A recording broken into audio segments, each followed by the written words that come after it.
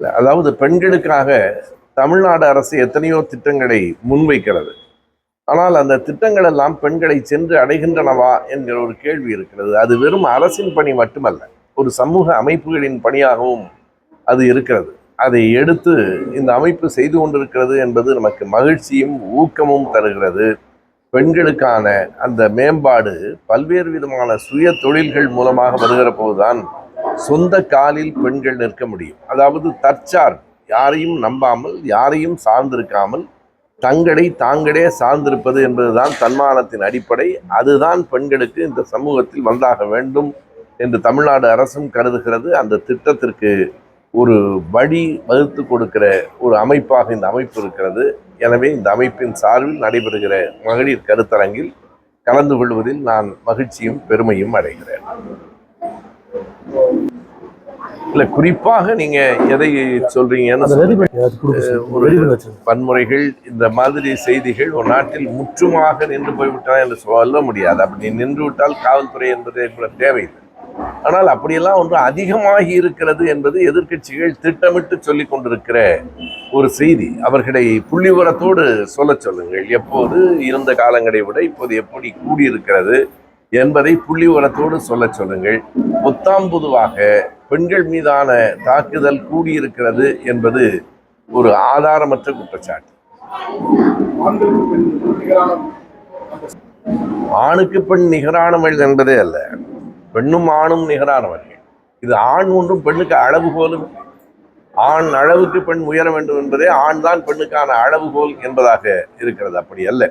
ஒவ்வொருவரும் தங்களுக்குரிய உரிமையோடும் சமத்துவத்தோடும் தன்மானத்தோடும் இந்த மண்ணில் வாழ வேண்டும். அதுதான் அடிப்படையான செய்தி. அதை நோக்கிய போராட்டங்கள் ஏறத்தாழ ஒரு நூற்றாண்டு காலமாக நடந்து கொண்டிருக்கின்றன. ஒன்றும் சட்டென்று முடிவுக்கு வந்து விடவில்லை. இதனை ஒவ்வொரு தலைவர்களும் இயக்கங்களும் இதனை எடுத்து நடத்தி இருக்கிறார்கள். கண்டிப்பாக ஒரு நூற்றாண்டுக்கு முன்னால் இருந்த பெண்களின் நிலையை விட இன்றைய பெண்களின் நிலை உயர்ந்திருக்கிறது. ஆனால் இது போதுமானதென்றோ முற்று பெற்று விட்டது என்றோ நான் சொல்ல மாட்டேன். இன்னமும் செல்ல வேண்டிய தொலைவு கூடுதலாக இருக்கிறது என்பதையும் நான் உணர்ந்திருக்கிறேன்.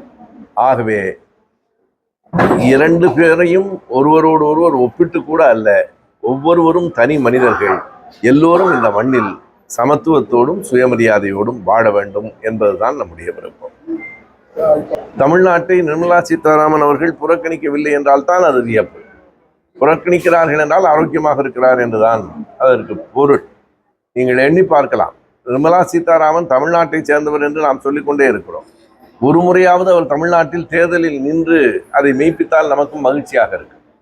தேர்தலையே சந்திக்காமல் ஒருவர் இந்தியாவினுடைய மிகப்பெரிய இடங்களில் அமர்ந்திருக்கிறார். நிதி அமைச்சராக, பாதுகாப்புத்துறை அமைச்சராக எல்லாம் அமர்ந்திருக்கிறார். எனவே அவருக்கு மக்களின் துயரங்கள் தெரியாது. மக்களை பற்றி அறிந்து கொள்ள வேண்டுமானால் ஒரு முறையாவது மக்களை அவர் தேர்தலில் சந்திக்க வேண்டும். அப்படி சந்தித்தால் மக்களின் துயரம் தெரியும். தமிழ்நாட்டில் தேர்தலில் என்றால் தமிழ்நாட்டு மக்களின் துயரமும் புரியும். அவர் புரிந்து கொள்ளப் போவதில்லை. ஆனாலும் அந்த உண்மைகள் அவருக்கு புரிய வைக்கப்படும்.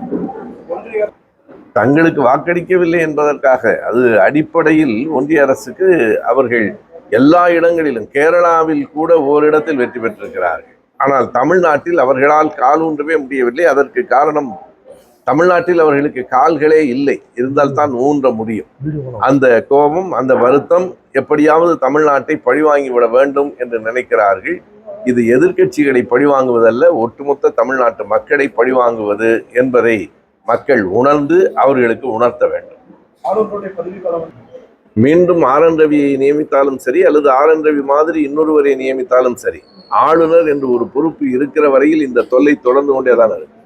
எனவே எனக்கு ஆர் என் ரவியை மாற்ற வேண்டும் என்பதை விட ஆளுநர் பொறுப்பு என்பதையே மாற்ற வேண்டும். ஆளுநர் என்பதே அறிஞர் அண்ணா அவர்கள் சொன்னது போல அது ஆட்டுக்கு தாடி போல தேவையில்லாத ஒன்று. ஆளுநர் பதவி நீக்கப்படுகிற போதுதான் தமிழ்நாடு மட்டுமல்ல, இந்தியாவில் இருக்கிற எல்லா மாநிலங்களுக்கும் ஒரு சுதந்திர காற்று கிடைக்கும்.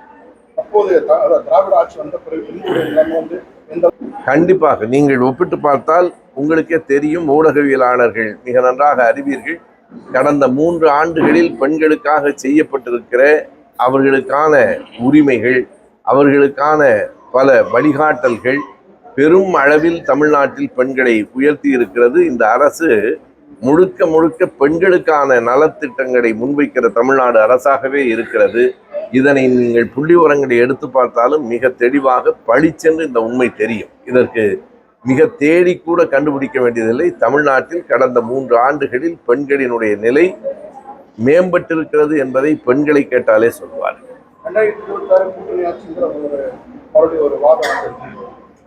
அவரவர் விருப்பத்தை அவரவர் சொல்லலாம். அதற்கு எல்லோருக்கும் உரிமை உண்டு. ஆனால் தமிழ்நாட்டை பொறுத்தளவு நீங்கள் குறித்து வைத்துக் கொள்ளுங்கள், மீண்டும் திமுக ஆட்சி தான் 2026 வரும். இப்போது பெற்றிருக்கிற எண்ணிக்கையை விட கூடுதலான சட்டமன்ற உறுப்பினர்களின் எண்ணிக்கையை பெற்று திமுக ஆட்சி அமையும்.